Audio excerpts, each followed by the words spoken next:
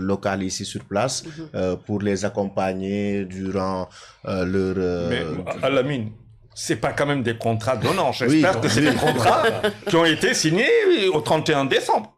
Qui ne couvrent pas...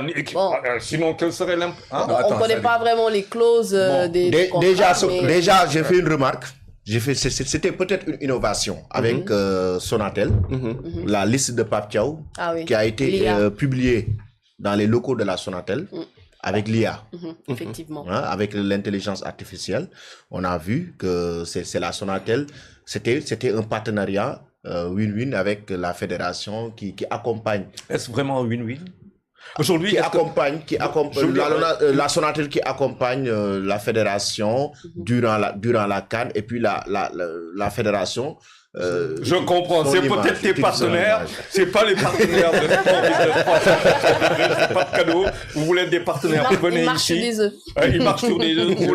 On veut des partenaires et on espère que vous aurez compris le message. Mais justement, l'État a dépensé, tout à l'heure, on a pris 5 milliards pour cette juste pour cette Coupe d'Afrique, si je ne me trompe 5 pas. milliards de francs CFA. De francs CFA. Alors, quand on entend tout l'environnement, parce que quand même, on parle de télécommunications, c'est vous-même qui parlez de Sonatel, il y a Orange, il y a les autres, il y a l'agroalimentaire, il y a il y a Est-ce qu'aujourd'hui, il y a les ces 5 milliards, ce n'est rien par rapport aux dernières compétitions. C'était 7 milliards. L'État, au contraire, économisé. Oui, mais je veux dire, est-ce qu'aujourd'hui, quand l'État fait quand même un effort dans un moment économique difficile pour tous, est-ce que on ne devrait pas aller multiplier par 2, 3 ce que l'État a mis, mais avec le concours, quand même le concours des entreprises qui sont au Sénégal, peut-être qu'elles ont une enseigne étrangère, mais bon, est-ce qu'aujourd'hui on ne devrait pas aller vers quelque chose de beaucoup plus ambitieux? Aller vers la RSE par exemple, la responsabilité sociale. Sociétale d'entreprise, aller vers la RSE de ces entreprises qui sont ici au Sénégal, d'où l'idée d'avoir un bon staff en marketing sportif. Le problème qu'on a, le marketing sportif aujourd'hui, c'est le pilier. Tu vois, le défi qu'on a, c'est quoi? On veut limiter. Tu sais, la fédération de football devrait avoir seulement un seul rôle. C'est jouer du foot. Encadrer les gosses et gagner des matchs. Oui. Mais on devrait créer un task force. C'est-à-dire un task force. Parce que c'est pas juste la fédération de football. C'est-à-dire, comme j'ai dit tout à l'heure.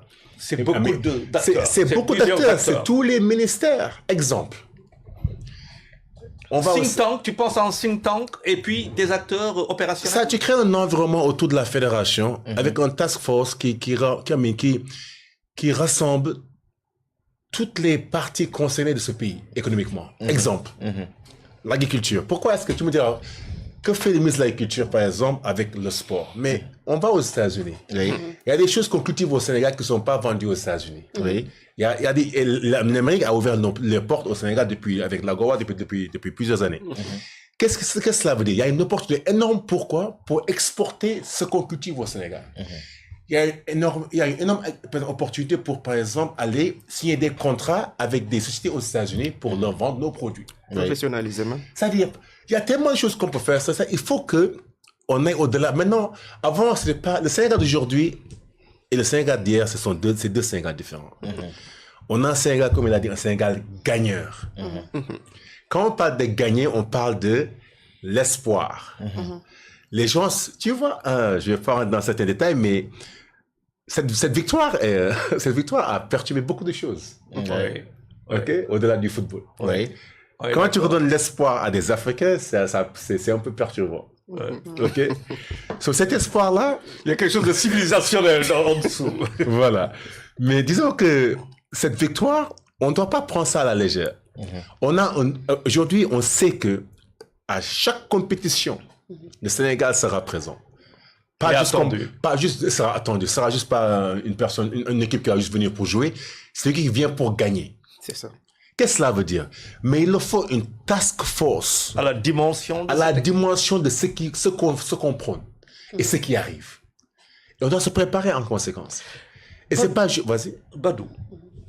Donc, quand tu es un ancien basketteur, tu as joué quand même aux États-Unis. Donc, quand le Sénégal joue au foot, qu'il produit cette structure, ce déroulé, cette opérationnalité de son football, est-ce que ce football attend que nous, du point de vue financier, commercial, business, qu'on soit à sa hauteur? Je veux dire, est-ce que ce football que je trouve totalement différent de ce que nous sommes tous les jours, est-ce qu'il ne nous oblige pas aujourd'hui à venir être sur le même niveau que... Mais absolument. Mais c'est que, c'est-à-dire, ils ont hissé le Sénégal à un autre niveau. Oui, c'est ça. Le Sénégal d'hier, le Sénégal d'aujourd'hui encore sont deux Sénégals différents. On a un nouveau Sénégal grâce à cette coupe-là. Et c'est pas juste la coupe, c'est l'équipe derrière. Oui. On a des leaders au sein, c'est-à-dire, ils sont, tu sais, quand on prend toutes choses dans la vie, il y a trois choses. Il y a l'aspect, disons, spirituel, il y a l'aspect personnel, et il y a l'aspect professionnel. Tu prends l'équipe du Sénégal, l'aspect spirituel, ces gosses-là sont polis, corrects, respectueux. Exactement. Ils ont une très bonne réputation, tous les jours.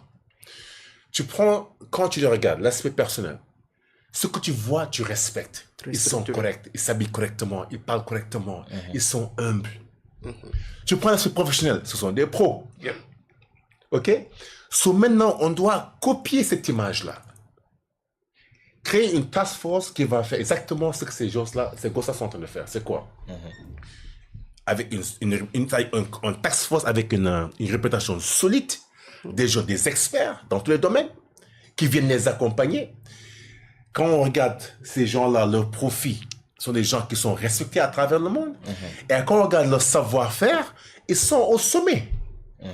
Et je l'ai dit tout à l'heure, Ibn Souaïm peut-être le confirmera, mais dans tous les domaines, dans ce monde-là, il y a des Sénégalais qui sont extrêmement brillants. Oui. On ne manque pas de talent. On ne manque pas de savoir-faire. Badou, est-ce qu'on devait profiter, par exemple, de l'image de Sadio Mané, le bon comportement de Sadio Mané qui vient d'un village très loin du Sénégal, Bambali, qui réussit aujourd'hui à investir dans son village? Est-ce qu'on devait faire de Sadio Mané un modèle d'investissement, un modèle... Mais, c'est-à-dire que, avec Sadio Mané, d'abord, qu'est-ce qu'on doit créer? Un environnement sain. On a vu ce qui se passe au Sénégal aujourd'hui. Il nous faut des nouveaux types de Sénégalais. Et ces joueurs nous montrent, quand ils sont à la télé, dans leur vie quotidienne, que doit être un Sénégalais. Ils sont des ambassadeurs. Aujourd'hui, notre jeunesse est perdue, hein? Soyons réalistes. Et pour qu'un pays se développe, il nous faut un capital humain solide. Et ces jeunes, Sadio Mané, Gana Gueye, Pape Gueye, Idrissa Gana Gueye, Ibrahima Mbaye. Toute cette équipe-là, c'est une équipe formidable. Et voici l'image qu'on devrait mettre partout au Sénégal aujourd'hui. Partout. C'est-à-dire, partout pour que les jeunes voient à quoi ils doivent aspirer. Modèle de réussite. Cela va au-delà de l'aspect sportif. Voilà, c'est pas juste le sport. C'est un modèle de réussite. C'est un modèle de réussite. Maintenant, qu'est-ce qui va se passer? Maintenant, quand ces gosses-là, ces jeunes, la jeunesse sénégalaise commence à les imiter, on va commencer à créer un nouveau type de Sénégalais. Tu les entends pas insulter. Tu les vois pas s'habiller n'importe comment. Quand ils parlent correctement. Ils sont polis. Ils sont respectueux.